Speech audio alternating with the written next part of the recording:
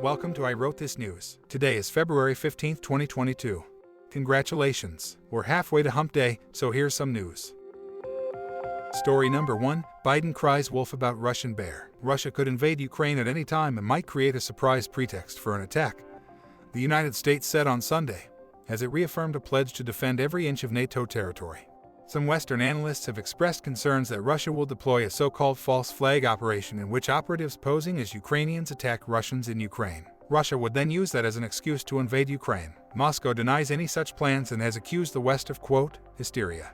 In the meantime, President Joe Biden's approval is stuck at about 42%. January consumer prices rose at an annual rate of 7.5%, the fastest rise in 40 years, and 2/3 of Americans believe the country is headed in the wrong direction. In addition, homicides in major American cities ticked up in 2021, with a 5% increase from 2020 and a 44% increase over 2019. I'm not saying that the government's daily reminder of an imminent Russian attack is meant to take the spotlight off of Biden's troubles, but okay, maybe that is exactly what I am saying. Story number 2, we only have our nation's leader's best interest at heart, said Brutus. Republican Senator Roger Marshall expressed interest in having the president take an annual cognitive test, citing concern for President Joe Biden's health. Marshall, an obstetrician, gynecologist and the junior senator from Kansas, said Sunday during an interview on Fox News, quote, I think we're all concerned for President Biden's mental health. He said he feels there has been a deterioration in Biden's mental capacity over the past year. Maybe we need to be proactive and ask once a year, much like we ask our president to get a physical. Something from his doctor, that he also takes some type of mental test, Marshall said. He added that it could be something he will look into with the help of two giants of mental health.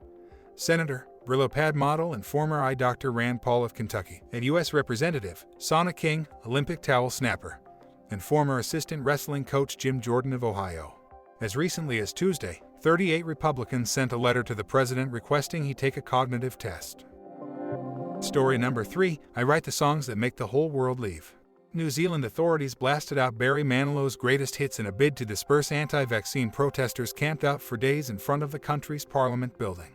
According to local media reports, Parliament Speaker Trevor Mallard made the decision to play Manilow on loop after the protests in Wellington went on for several days. The protesters, who have been camped out in front of the Parliament building to protest COVID-19 vaccine mandates, were also subjected to Macarena.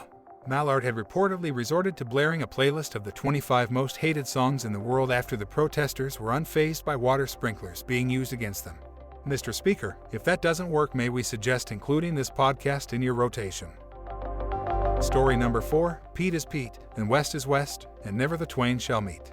Kanye West is continuing his social media tirade against his soon-to-be ex-wife Kim Kardashian and her boyfriend, Pete Davidson.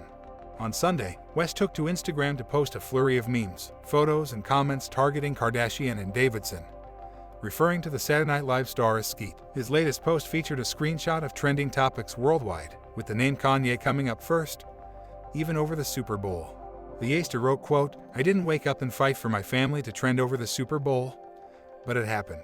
The Super Bowl brings families together. For everyone married, hold your spouse close. Make sure they know how much you love and appreciate them, because there's a Skeet lurking in every dirty blank alley waiting to help destroy your family and walk around in Calvin Klein's around your children. I wish my wife was with me and our children sitting at the 50-yard line, he wrote in all caps, telling Kardashian to always remember West was your biggest W.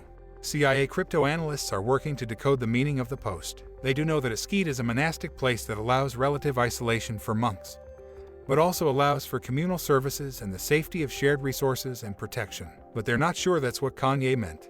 In another post from Sunday, West posted a screenshot from an Instagram Live video on the Calvin Klein account that featured Davidson and rapper Machine Gun Kelly in their underwear. In the second slide, West seemingly posted a screenshot of a text message from Davidson, which appeared to show the comedian saying that he'd never get in the way of your children. Davidson also wrote that he does hope one day I can meet them and we can all be friends. In response, West captioned the post, No, you will never meet my children. Now it's time for On This Date in History. February 15th is the 46th day of the year in the Gregorian calendar. 319 days remain until the end of the year. Now it's time for On This Date in History. On this date in 1879, U.S. President Rutherford B. Hayes signs a bill allowing female attorneys to argue cases before the Supreme Court of the United States. On this date in 1923, Greece becomes the last European country to adopt the Gregorian calendar. On this date in 1972, sound recordings are granted U.S. federal copyright protection for the first time. On this date in 2001, the first draft of the complete human genome is published in the journal Nature. Celebrating birthdays today are actress Claire Bloom, computer scientist Niklaus Wirth, songwriter Brian Holland, actress Jane Seymour, cartoonist Matt Groening, actor Christopher McDonald, actress Miranda July, rapper Megan Thee Stallion, and American pediatrician Angela D. Ferguson, who turns 97 today. Happy birthday to all of them, and if your birthday is today, a very happy birthday to you as well. By the way, if you or someone you know is having a birthday and would like us to announce it on the show, leave us a voice message or send an email. The links are in the show notes. Today's news was brought to us by Reuters, The Washington Post, Morning Consult, CBS News, Fox News, The Daily Beast, Yahoo News, and the Pete Davidson to my Kanye West, Wikipedia. If you have a comment or a question about anything you've heard today, or if you have a suggestion, please send us a note at I wrote this news, all one word, at thatradioshow.com. That email address one more time is I wrote this news, all one word, at thatradioshow.com. One more thing, if this podcast sounds a little funny, that's because it's also an experiment. All of the vocals were generated using AI technology. Hopefully the show will sound different and better as the tech improves and as we improve at using it. I'm Bob Meese, hoping you have an amazing day. We'll get together again soon.